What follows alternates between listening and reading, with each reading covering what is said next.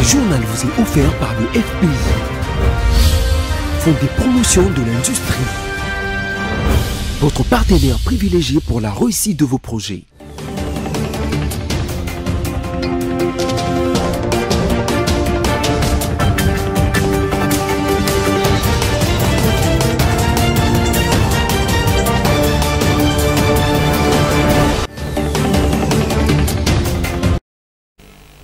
Très heureux de vous retrouver pour cette toute première édition du mois de juillet 2023 sur BCTV. Mesdames et messieurs, bienvenue. Voici tout de suite le sommaire.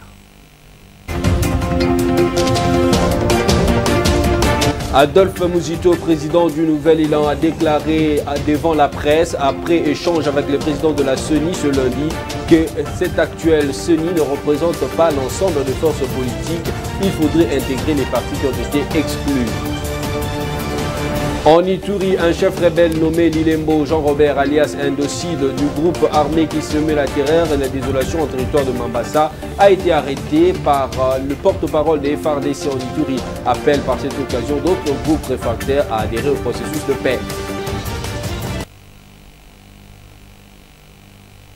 Encore une fois de plus, bienvenue à tous. Débutons ce journal par cette information. Le chef de l'État, Félix-Antoine Tshisekedi Tshilombo, a participé le week-end dernier à la 23e session de la conférence de chefs d'État et de gouvernement de la communauté économique des États d'Afrique centrale, CEAC en sigle. Plusieurs chefs d'État ont fait les déplacements de Libreville pour honorer l'invitation de leur adressée par leur homologue, le président de la République gabonaise, Ali Ben Bongo. Roger Matadi. Le 23e sommet de la conférence des chefs d'État et de gouvernement de la communauté économique des États de l'Afrique centrale, CAC, s'est déroulé le week-end dernier au Gabon sous les thèmes problématiques du financement de cette institution sous-régionale, la guerre du Soudan et l'agression de la RDC par les M23 soutenus par le Rwanda. Présent à ces sommets, le président de la République, Félix Tshisekedi, et plusieurs autres chefs d'État ont fait le déplacement de Libreville pour honorer l'invitation leur adressée par leurs homologues de la communauté économique des États de l'Afrique centrale. Les Rwanda, le Burundi et les Cameroun se sont contentés de dépêcher leurs chefs de diplomatie. 4 allocutions ont marqué la cérémonie d'ouverture de ces sommets organisés au palais présidentiel de Libreville. Dans son allocution d'ouverture, le président Ali Bongo Ondimba s'est plus apaisanti sur le manque de moyens de la CAC. Par ailleurs, le président de la Commission de l'Union africaine, Moussa Faki Mahamet, a salué la tenue de la dernière quadripartite de Luanda qui pourrait faire changer la situation en République démocratique du Congo. Signalons par ailleurs que la CAC vise à promouvoir la coopération et le renforcement de l'intégration régionale en Afrique centrale dans tous les domaines de l'activité politique, sécuritaire, économique, monétaire, financière, sociale, culturelle, scientifique et technique. Et comme je vous l'ai dit au sommaire, dans le but d'embarquer tous les Congolais dans les navires qui va conduire la RDC dans les élections qui, sauf changement de dernière minute, vont se tenir au mois de décembre de l'année en cours, le président de la Commission électorale nationale indépendante, Denis Kadima, a échangé ce lundi avec l'opposant Adolphe Muzito, que je vous propose d'écouter. Alors nous avons abordé 3 ou 4 points, essentiellement 4. Les premiers points à concerner l'actuelle CENI, le fait qu'elle ne représente pas l'ensemble des forces politiques, parce qu'en son temps, dans le cadre de l'AMOCA, mon parti et notre partenaire d'alors, nous avions proposé que la CENI soit composée au niveau du bureau de la société civile, mais qu'au niveau de la plénière, que ce soit les partis prenants, c'est-à-dire les partis politiques. Malheureusement, nous n'avons pas été entendus, alors on a politisé la CENI. Au niveau du bureau, on a mis des partis politiques. Nous pensons que pour la suite du processus, et c'est ce que nous avons dit au président de la CENI, nous voulons qu'on puisse intégrer les partis qui ont été exclus, à savoir la nouvelle élan est ciblée dans le cadre de la. Ça, c'est la première proposition. La CNE nous a dit que cette question ne relevait pas de sa compétence. C'est que nous avons fait. Le deuxième point, c'est que les fichiers, nous avons discuté du fichier électoral pour dénoncer le fait qu'il n'est pas complet. Il n'a pas pris en compte les 3 territoires, dont 2 dans les nord, à savoir Massis et Berujou, et 1 dans le ancien Bandoumé, à savoir Kouamoudi. Et que par conséquent, les fichiers étaient incomplets. Les fichiers ne comprennent pas tous les électeurs. Il a essayé de nous expliquer. Ils ont pris en compte ces électeurs-là en les intégrant et que dans les faits, ils allaient organiser l'enrôlement, l'identification de l'enrôlement le moment venu quand la situation va se calmer. En fait, nous avons parlé aussi troisième point du financement des élections politiques. Nous avons demandé si d'ici la fin du processus, il pourra mobiliser les 500 millions de dollars dont il a besoin pour parachever son processus.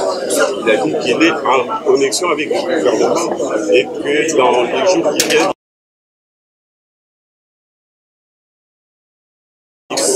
des questions de 100 millions de dollars. Et par conséquent, ils peuvent avancer avec des processus, quitte à ce que le reste du montant soit complété. Évoluons dans ce journal. Clôture ce lundi 3 juillet 2023 de travaux d'évaluation de la coopération militaire entre la République démocratique du Congo et la République sud-africaine. Ce travaux avait pour objectif évaluer les questions relatives à la coopération militaire entre les 2 États. Junette Fika. Débuté le week-end dernier au Collège Haute Études de Stratégie et de Défense à Kinshasa, les travaux d'évaluation de coopération militaire entre la République démocratique du Congo et la République sud-africaine ont pris fin. C'est lundi 3 juillet 2023. Ces travaux avaient pour objectif évaluer les questions relatives à la coopération militaire entre les 2 pays. Plusieurs officiers militaires et hautes personnalités et experts de la sécurité ont pris part à ces travaux préparatoires au sommet des chefs d'État qui se tiendra le 7 juillet prochain à Kinshasa. Arrivée ce lundi matin à Kinshasa, la ministre sud-africaine de la Défense et vétéran, Tandirit Modis, a participé à la clôture de ces travaux mixtes RDC-RCA. Et puis, dans le reste de l'actualité, le 3 juillet de chaque année, le monde célèbre la journée internationale sans sac plastique, créée en 2010 à l'initiative de l'organisme Bag Free World, dans le but de sensibiliser le public à l'impact néfaste de sacs plastiques sur l'environnement et à encourager l'adoption de solutions durables. Roger Matadi nous en dit plus. Créée en 2010 à l'initiative de l'organisme Bag Free World, la journée mondiale sans sac plastique est célébrée le 3 juillet de chaque année, dans le but de sensibiliser le public sur l'impact néfaste des sacs plastiques sur l'environnement et à encourager l'adoption des solutions durables. Le plastique présent dans de nombreux produits de notre quotidien, dont les sacs en plastique, est une matière principalement issue du raffinage du pétrole. Cette matière représente une source de pollution importante ainsi qu'une menace pour la biodiversité. De plus, on compte chaque année 16 000 sacs plastiques distribués dans le monde en l'espace d'une seconde. En République démocratique du Congo en général et à Kinshasa en particulier, vivre avec le déchet plastique, spécialement les bouteilles et monnaies courantes. Les caniveaux, les rivières, les avenues sont transformées en poubelles géantes où tout le monde le jette après usage sans être inquiété. Si pour certains c'est par manque de poubelles, pour d'autres c'est une question d'habitude. Rappelons qu'en janvier de l'année dernière, le gouverneur de la ville de Kinshasa, Jean Tiningobila, avait signé une note circulaire interdisant la production, l'importation, la commercialisation et l'utilisation des sacs et autres emballages plastiques dans toute la ville de Kinshasa. Je voulais également dire en luminaire un chef milicien nommé Lilembo Jean Robert, alias Indocide, du groupe armé qui sémait la terreur et désolation au territoire de Mambasa, nous sommes dans la province de l'Ituri, a été arrêté dimanche dernier lors d'une opération menée par les forces armées de la République démocratique du Congo. Et par cette même occasion, le porte-parole des FARDC en Ituri appelle d'autres groupes armés réfractaires à adhérer au processus de paix. Images et commentaires. 2 autres groupes armés nouveau-nés, à Somba-Liwa et Endocide, sont également signalés dans les attaques contre les sites miniers, les cas de sites de coopératives Komoy au village Gyongyo, chefferie Bandaka, territoire de Mambasa. Le gouverneur militaire a été instruit pour suivre de près de ramener la paix dans cette partie du pays. L'ordre donné, l'ordre exécuté. Les forces armées en Ituri sous le commandement du lieutenant-général Luboyanka Choma Johnny ont anéanti le chef Mai Mai, Lilembo Jean-Robert, alias Endocide, après les opérations d'environ 2 semaines dans le territoire de Mambasa. C'est hors la loi, présumé auteur de plusieurs attaques dans les sites miniers et c'est les habitants du groupement Bafabango aux environs de PK51, route Isiru, en territoire de Mambasa, a dit le lieutenant Ngongo, porte-parole des opérations militaires en Ituri. Les forces armées de la République démocratique du Congo viennent encore de neutraliser un chef de bandits armés qui ont pris la cible, les sites miniers en territoire de Mambasa et sur la population locale. Et donc, les DGE, les forces armées, ont mis la main sur lui dans un état où il était déjà blessé dans des opérations que nous avons menées. Nous réitérons encore ces messages. Tous les bandits armés, tous les détenteurs illégaux d'armes, ils seront poursuivis, traqués et neutralisés, soit par les opérations militaires, soit par la justice. Et pour qu'ils puissent avoir la vie sauve, quant aux groupes armés étrangers, l'unique moyen de sortir sur le sol congolais vivant, c'est déposer les armes. Âgé de 27 ans, originaire d'Isangui, de la province de la Chopo, ce chef Mai Mai, capturé et blessé sur le champ de bataille, est admis dans une formation médicale de Nyanya pour des soins appropriés, ceci au respect des droits internationaux humanitaires. Rappelons que, sous l'état de siège, les forces armées ont stabilisé Irumu, une partie de Djougou et Mahagi, en tête le lieutenant-général Luboyanka Choma Johnny. À l'instant, cap vers l'imposition de la paix et restaurer l'autorité de l'État sur toute l'étendue de la province pour booster le développement dans cette partie du pays, tel est le vouloir du président de la République, Félix Antoine Tshisekedi Tshilombo. Parlons 9e jeu de la francophonie dans ce journal. À 28 jours du coup d'envoi des hostilités, la campagne de sensibilisation de proximité se poursuit dans la capitale de la RDC. Après le district de Lachangou, le cap a été mis dimanche dernier vers le district de la Funa. Première étape choisie, le rond-point Victoire au quartier Matongé. Nous sommes dans la commune de Kalamou. La parade de la Massano, la mascotte de jeu, a commencé sur l'avenue du Stade, vers la rivière Kalamou, pour traverser le quartier chaud de Matongé, fief de Papa Wemba, pour se terminer à la place des artistes au rond-point Victoire. Une parade qui a traîné du monde au son de la musique, danse et autres spectacles de sa paire, de ses adeptes, de la haute couture et de l'élégance vestimentaire qui ont assuré les shows pour le bonheur de la foule qui s'est rassemblée en quelques minutes. Un seul message, une mobilisation tout azumique de la population de cette partie de la capitale pour accueillir le jeu de la francophonie dans quelques jours, soit du 28 juillet au 6 août 2023. Et nous avons tenu de passer ici parce que nous savons que nos visiteurs qui viendront ici, nombreux feront un tour ici à Matongé. Et nous aimerions qu'ils rentrent avec une bonne image de Matongé. Pour sa part, le bourgmestre de la commune de Kalamou, Charlie Louboya, s'est dit heureux d'accueillir ce jour les comités nationaux de jeux de la francophonie. Vraiment, je suis émis d'une grande joie. Et déjà pour ma commune qui va en bénéficier, je pense même à 70%. Et c'est un bon choix. Je pense que le directeur national de jeux de francophonie qui est à mes côtés ici ne sera pas déçu. On va s'impliquer totalement pour que ça puisse réussir. Et ça, c'est sûr, ça va réussir. connaissant ma population, connaissant le Calamoise et Calamois, je pense qu'on va faire preuve quand même de notre hospitalité, mais vraiment ça va réussir. Le responsable des animations périphériques, Éric Mpouyi, a rappelé pour sa part que cette campagne va se poursuivre jusqu'à pendant le jeu afin d'expliquer le bien fondé de ce rendez-vous de la jeunesse francophone à Kinshasa. Et cette information en dehors de nos frontières pour terminer ce journal. En Tunisie, les menaces sur la liberté d'expression et de la presse se font de plus en plus lourdes.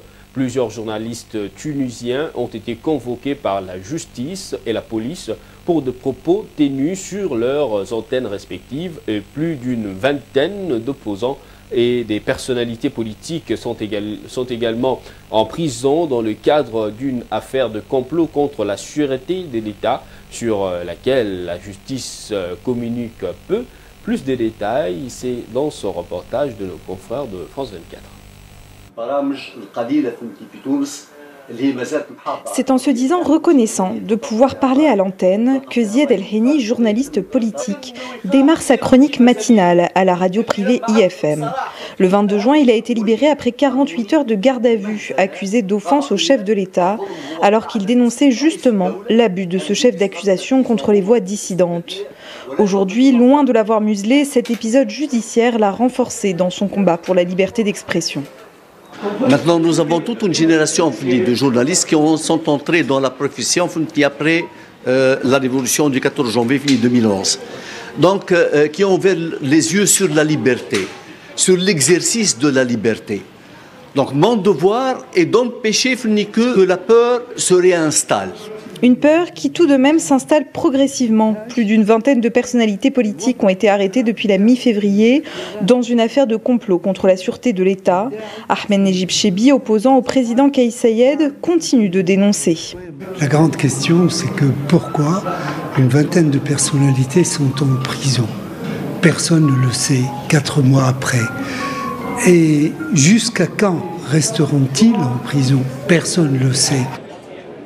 Mi-juin, la porte-parole du pôle judiciaire antiterroriste a déclaré qu'il était interdit de parler de cette affaire dans les médias afin de garantir le bon déroulement de l'enquête et le secret de l'instruction, selon ses mots. Le document aujourd'hui de cette interdiction, on n'a pas pu le consulter et les avocats, la plupart des avocats qui suivent cette affaire n'ont pas également accès à ce document. Donc on est vraiment dans des mesures qui sont prises de façon non transparente, dans des termes très vagues. Fin juin, le Bureau des droits de l'homme des Nations Unies à Tunis a appelé le pays à changer de cap face à la répression des médias. Place à présent au rappel de principaux titres.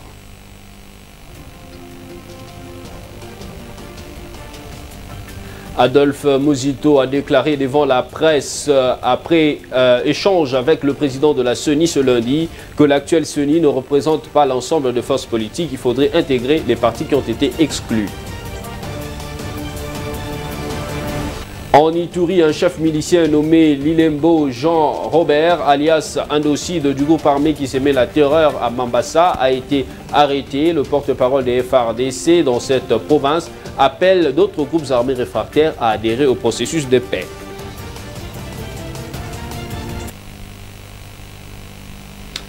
Ce journal réalisé par l'ensemble de la rédaction de BCTV terminé. Merci de l'avoir religieusement suivi. Restez fidèles à nos programmes. On va, si Dieu nous prête vie, se retrouver la fois prochaine et ça sera avec le même plaisir. Entre-temps, portez-vous bien. Au revoir.